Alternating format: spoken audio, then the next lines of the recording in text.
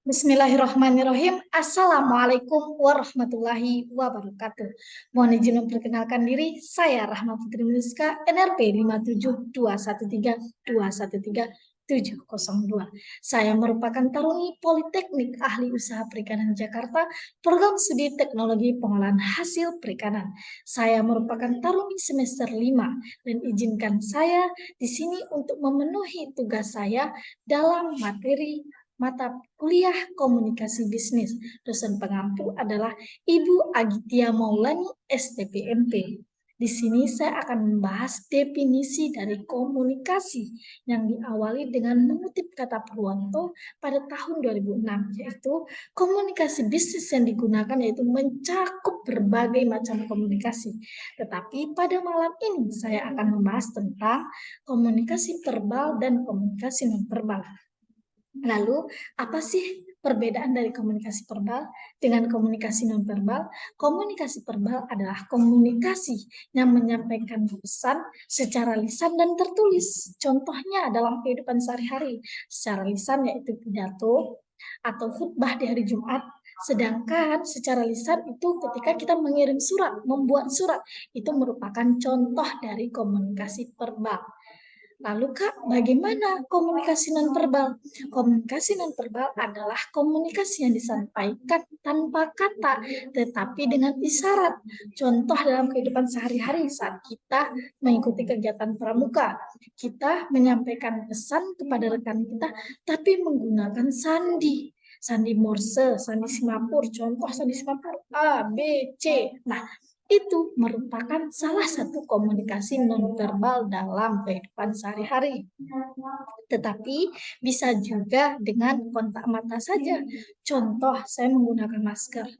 Rekan saya mau ngembaliin buku. Lama, letak kemana bukunya? Karena posisi saya dalam menggunakan masker, saya cuma menggunakan kontak mata. Letak di atas meja berarti. Dengan menggunakan mata. Rekan saya sudah paham, oh berarti letak di sebelah sana. Dengan menggunakan mata tadi, itu juga merupakan komunikasi nonverbal dalam kehidupan sehari-hari. Lalu, di sini kita sudah bahas definisi komunikasi, perbedaannya menurut Purwanto tahun 2006, bla bla bla. Nah, bagaimana sih Kak fungsi dari komunikasi itu? Fungsi dari komunikasi apabila diterapkan, dia dapat merubah 4 hal, yaitu perubahan sosial, sikap, perilaku, dan pendapat. Ingat aja 2SP, yaitu 2S, 2P, sosial, perilaku, pendapat. S yang satu lagi apa Kak? Sosial sama sikap. Ya, pinter. Nah, teman-teman sekalian, kita sudah bahas definisinya, bagaimana kehidupan sehari-hari dalam contohnya, bagaimana tujuannya, bagaimana. Lalu sekarang apa yang kita bahas Kak?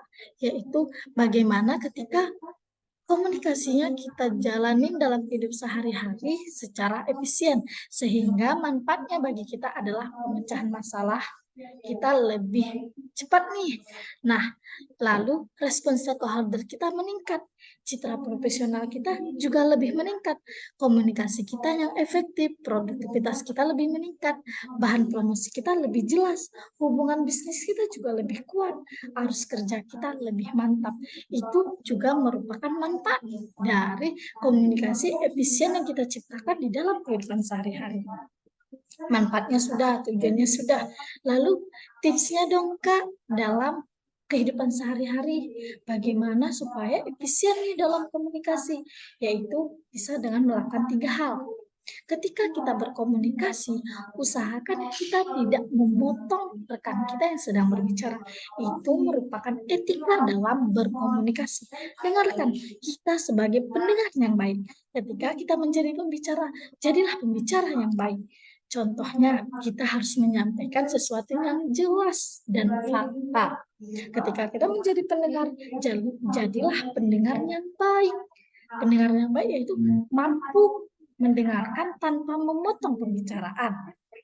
Ketika ada sesuatu yang kurang jelas, misalnya, ataupun sesuatu yang ingin ditanyakan, ketika ada sesi tanya jawab di akhir, kita boleh bertanya.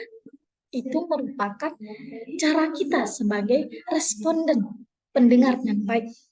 kita mampu mendengarkan, sehingga kita bisa speak up. Kak, tadi menurut Kakak seperti ini, tapi ketika saya baca gini-gini, bagaimana ya Kak yang benar? Nah, itu merupakan komunikasi yang baik dan efisien di dalam kehidupan sehari-hari.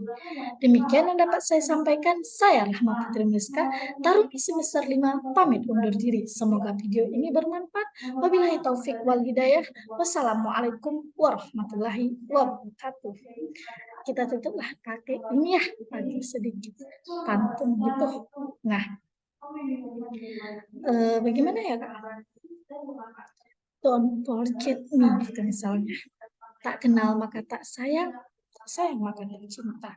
Izinkan saya memperkenalkan diri. Saya Rahma Putri Miska. Don't forget me. Semangat terus, salam sehat dan salam semangat dari kita sahabat Bahari.